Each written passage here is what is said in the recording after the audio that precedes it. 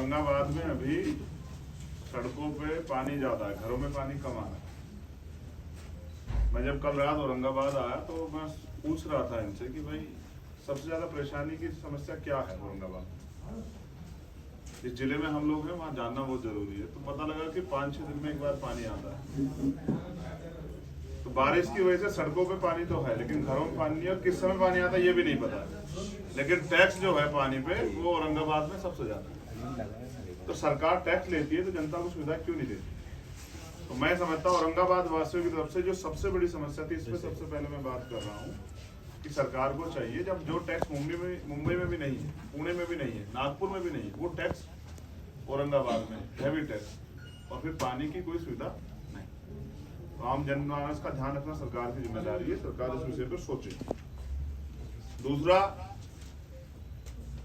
भीमा कोरेगांव का जो इंसिडेंट हुआ था, खैरलांजी का जो प्रकरण है, उसमें जो आंदोलन साथी थे, आज तक भी उनके मुकदमे सरकार ने वापस नहीं लिए।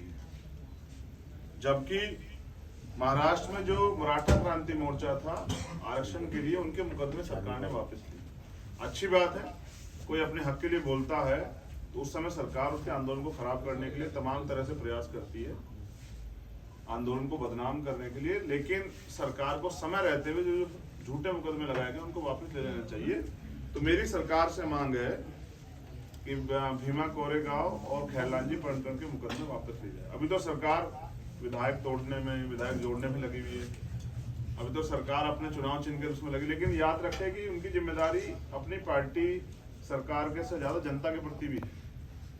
महाराष्ट्र की जनता परेशान है, लंपी वायरस का बड़ा प्रकोप चल रहा है। एक दिन में ये तो महाराष्ट्र का 6800 करीब गायों के साथ जो है उनकी जान जा रही है।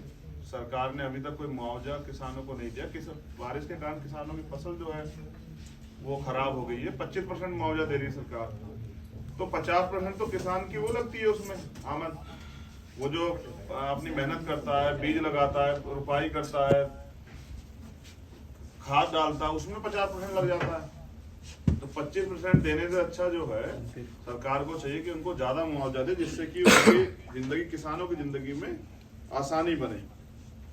एक जो और बड़ा मामला है, महात्मा ज्योतिबा फूले आर्थिक महामंडल, इसके अनुसार जो लोन दिया गया है,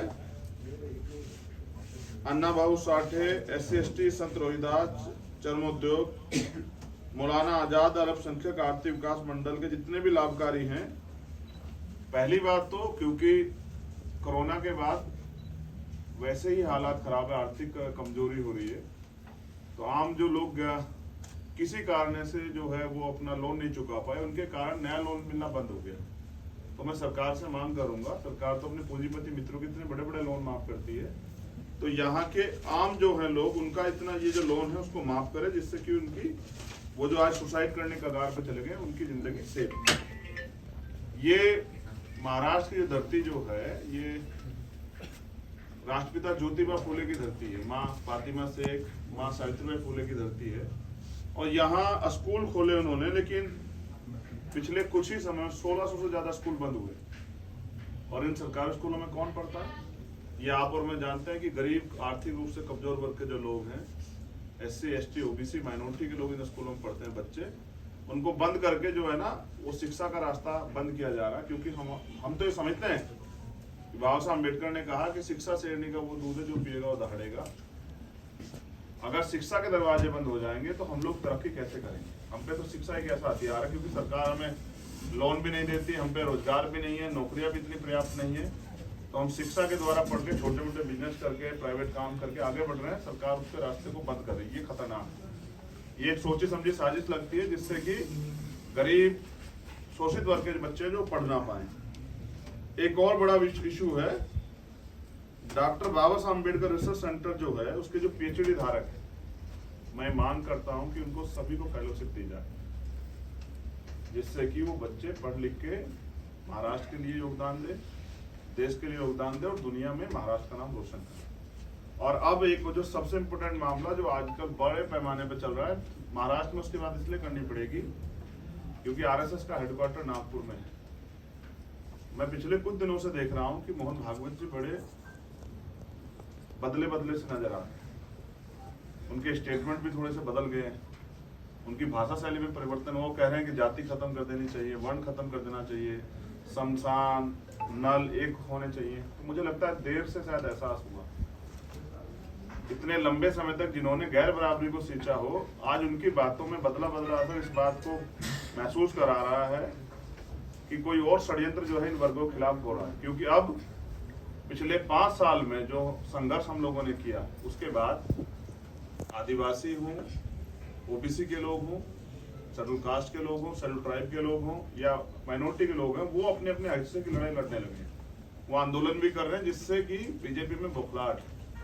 और ये जो आज जो प्यारी प्यारी बातें हो रही है, जैसे कुर्बानी से पहले बकरे को खूब खिलाया पिलाया जाता, मुझे लगता है ये उसी की देन है या उसी की तरफ इशारा किया जा रहा है। वर्ण व्यवस्था, जाति व्यवस्था खत्म करने वाले लोग क्यों मांग कर रहे हैं कि खत्म कर दी जाए? इनको कर देना चाहिए, इनके पास तो सरकार है। जब ये हिंदू एकता की बात करते हैं तो इनके पास तो केंद्र की सरकार, स्टेट की सरकार, क्यों नहीं खत्म कर देते?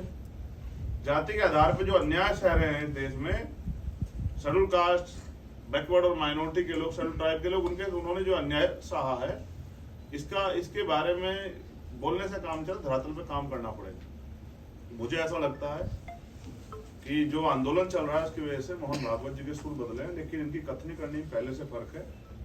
ये जो आज इस तरह की बातें कर रहे हैं वो इसलिए कर रहे हैं क्योंकि जनता का दबाव है, लोग खड़े हो रहे हैं अपनी लड़ाई के लिए।